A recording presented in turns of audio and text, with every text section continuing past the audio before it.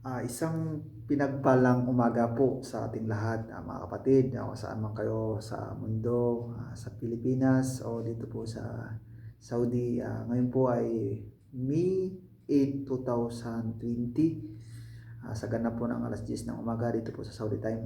Maraming pong salamat sa mga kapatid. Bago po ang lahat ay nais ko po muna manalangin sa Panginoon. Panginoon, marami pong salamat, Panginoon, sa umagang ito, Panginoon, sa aming buhay, Panginoon. Patuloy ka, Panginoon, ang maghari sa aking buhay, Panginoon, Lord God. Manatili ka, Panginoon, sa aking buhay, Panginoon, Lord God, Lord Jesus, Panginoon. Bago po ako lumapit sa iyo, Panginoon, ay nais po namin, Panginoon, na humingi ng kapatawaran sa aming nagawang mga kasalanan, Lord God. Lord, sinabi mo nga, Panginoon, sa 1 John 1:9, Panginoon, kung ipapahayag namin, Panginoon, sa aming labi, Panginoon, na kami inyong patawarin, Panginoon, Lord God. Lord, inangkin namin, Panginoon, ang kapatawaran, Panginoon, sa amin nagawang kasalanan, Lord God. Lord, ang aming pong pag-aralan ngayon, Panginoon, about po sa amin, the power for prayer, Panginoon, Lord God. Lord, kung paano kami manalangin sa iyo, Panginoon, Lord God. Sabi mo nga sa Mark 11:24, Panginoon, lahat ng aming mga panalangin, Panginoon, ay na-receive na po namin, Panginoon, Lord God. Lord, sa oras na ito, Panginoon, inaangkin namin, Panginoon, ang paggabay mo ng banal na Espiritu, Panginoon. At Lord God, maraming pong salamat. Ito po ang aming samot dalangin. In the name of Jesus. Amen.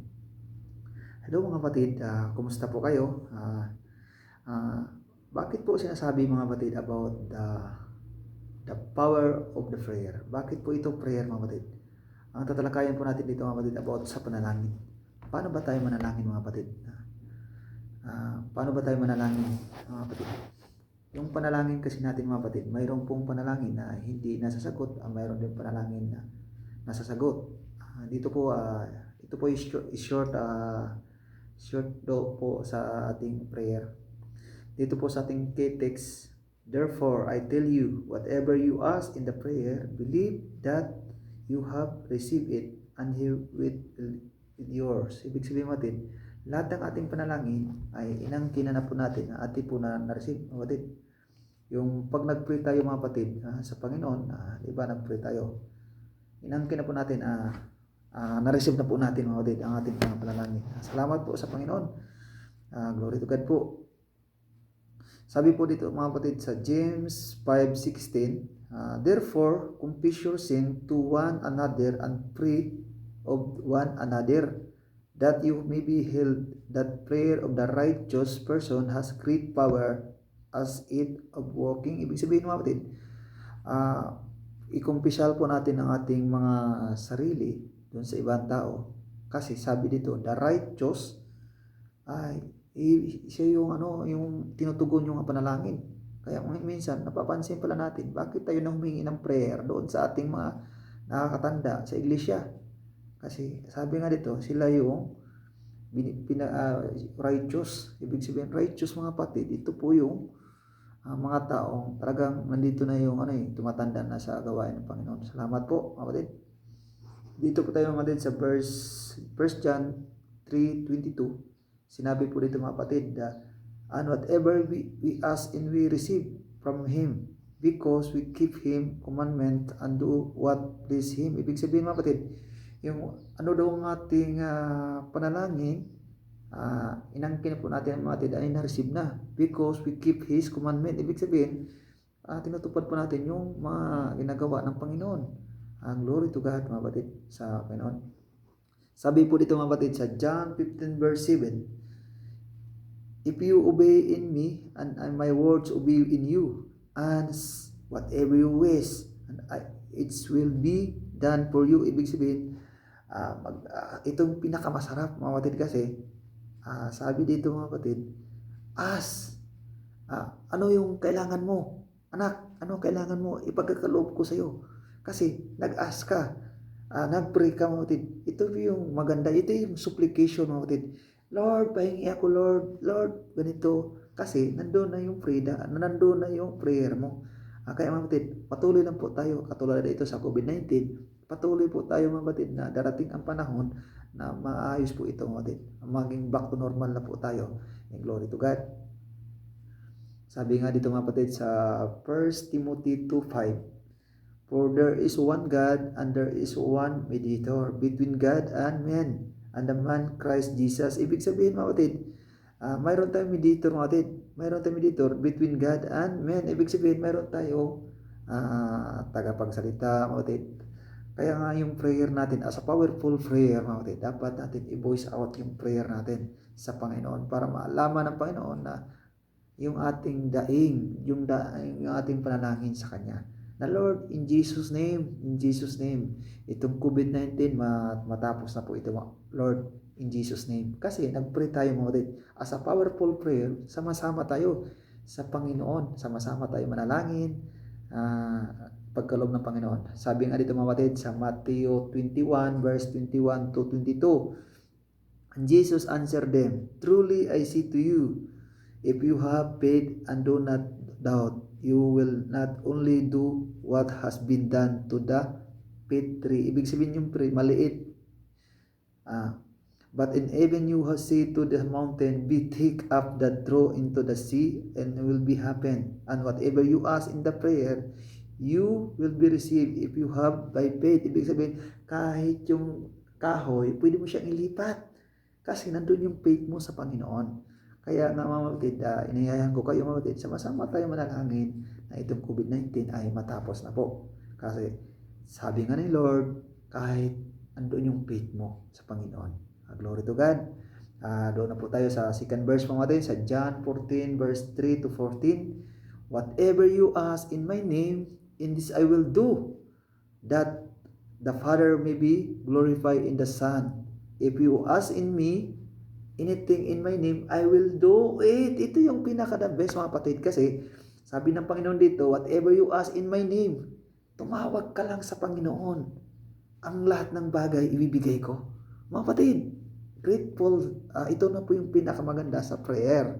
Kaya Lord, bigyan mo ako nito, Lord. Lord, bigyan mo ako nito. Kasi nandoon na yung heart. Kaya nga sabi, God glorify you. Huwag po sanang natin ang kinimatin ang glorify. Dapat sa Lord. Anong mga ating pinag-pray, dapat naka-align sa Lord. Mayroong mga bagay na hindi pa pinagkaloob, pero darating ang panahon, ipapagkaloob yan ng Panginoon dahil nanalangin ka, mga kapatid. Glory to God. Sabi nga, mga kapatid, sa Luke 11:9, and I tell you, ask and it will be given to you. Seek and you will be find, and knock and it will be open to you. Wow! Ito namang magandang sinabi ng Panginoon natin. Ibig sabihin, kumatok ka lang, pagbubuksan kita. Mga kapatid, yung pagbubuksan ka ng Panginoon, parang mga kapatid, yung blessing na bubukas sa buhay mo. Ito po yung ating hinahanap atin sa powerful prayer.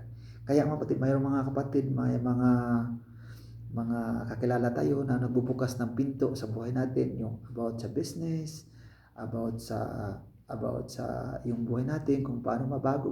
Glory to God, entertaining natin sila, mga kapatid, kasi baka yun na yung knock. Yung knock, mga kapatid, ibig sabihin, baka ito na yung opportunity. Mga kapatid, ako nga, kapatid, isa naman ako magsasaka. Hindi naman ako na-speak na mag-Saudi po ako. Sinulabang ako, mga kapatid, tayo lang po ay mahirap lang po kami doon sa Titi, mga kapatid. Halos lahat nga kami, mga kapatid, medyo hirap yun, pero glory to God, unti-unti po tayong inayos ni Lord. Nakapunta po tayo dito sa Saudi. Glory to God sa Panginoon, kasi nandoon yung prayer. Hindi ko ma-speak, mga kapatid, na ngayon ang isang si Kuya Manny ay nagtuturo na, ay glory to God, at least nagde-deliver po tayo ng word of God. Salamat sa Panginoon. Nandoon po kasi yung kababaan natin, mga kapatid, yung sabi nga ng Panginoon, mga kapatid, sa Psalm 37 verse 4, delight yourself in the Lord, He give you desire in your heart. Ang desire kasi natin, mga kapatid, makapaglingkod sa Panginoon at maipagbigay po natin ito sa kapurihan niya. Glory to God. Back to po sa ating topic, mga kapatid, sa powerful prayer. Sabi po sa Jeremiah 33 verse 3, call to me and I will answer you and will tell you the great and hidden things that you have not know. Ibig sabihin, mga kapatid, yung call to me and I will answer you. Tumawag ka lang sa akin.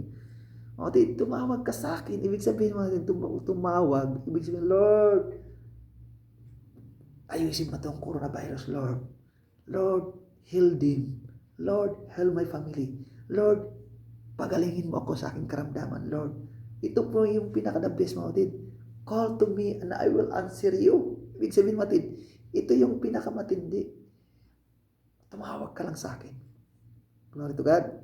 Sabi nga natin sa 1 John 5 verse 15, and if we know that in the heart us in whatever we ask, we know that we have done the request that we have asked of Him. Ibig sabihin mga kapatid, tumawag ka, nandito po yung call natin eh. Nandito po yung answer here, whatever you ask, and ibig sabihin natin, yung request natin, Lord, matagal ko nang hindi pa pinagkaloob yung bahay, Lord. Ba't hindi pa binibigay, Lord?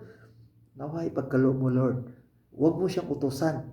Naway ipagkaloob mo. Ibig sabihin, Lord, darating ang panahon na ipagkaloob ni Lord yan, yung bahay mo. Glory to God. Sabi nga niya tumatid sa 1 Thessalonians 5:17, pray without ceasing. Pray na walang patid. Manalangin na walang patid, mga patid. Salamat sa Panginoon. Glory to God. Salamat sa Panginoon. Ito po yung pinaka-the-best, mga kapatid, yung prayer natin sa Panginoon. Kasi ano man yung ginagawa mo, mga kapatid, dapat naka-align lahat yan sa Panginoon. Yung panalangin mo, naka-align yan sa Panginoon. Kasi ang sabi ng Panginoon ito, mga kapatid, pray without ceasing. Pray na walang patid. Salamat po sa Panginoon. Diyan lang po natatapos ang ating short, powerful prayer. Pasalamatan natin ang Panginoon. Marami pong salamat, Panginoon, sa wisdom and knowledge and understanding, Panginoon, sa pinagkaloob mo sa prayer, Panginoon, Lord God. Lord, naway, Panginoon, ano man mga kapatid makapagpakinig nito, Panginoon, yung video na to, Panginoon, naway, Panginoon, katukin mo ang kanilang puso, Panginoon. Maging prayer warrior sila, Panginoon, Lord God. Marami pong salamat. At naway, Panginoon, ipagkaloob mo, Panginoon, ang aming panalangin sa iyo, Panginoon, Lord God. Sabi mo nga sa aming text today, Panginoon, sa Mark 11:24, lahat ng aming panalangin, Panginoon, ay na-receive na po namin, Panginoon. Marami pong salamat, Panginoon. We pray, Panginoon, sa coronavirus na ito, Panginoon, maging mahil na ito, Panginoon, mawala na ito, Panginoon, in the name of Jesus, in the name of Jesus. Wala itong karapatan, Panginoon, in the name of Jesus. Lord God, sinabi mo nga sa iyong salita, Panginoon, sa Romans 8:31, if God with us, who can against us, Panginoon, Lord God. Lord, marami pong salamat. Inaangkin namin, Panginoon, ang kagalingan lahat, Panginoon, sa COVID-19, yung nagkakasakit, Panginoon, at Lord, yung pagaling, Panginoon. Marami pong salamat, Panginoon. At Lord, protektahan mo, Panginoon, ang aming pamilya sa bansang Pilipinas, dito man sa Saudi, Panginoon, Lord God, sa buong mundo, Panginoon. Protektahan mo sila, Panginoon, Lord God. Lord, marami pong salamat, Panginoon, sa short insertion, Panginoon, sa the prayer, Panginoon, the powerful prayer, Panginoon God. Lord, marami pong salamat. Ito po ang aming samot dalangin in the name of Jesus. Amen. Salamat, mga kapatid. God bless. Have a nice day. Thank you.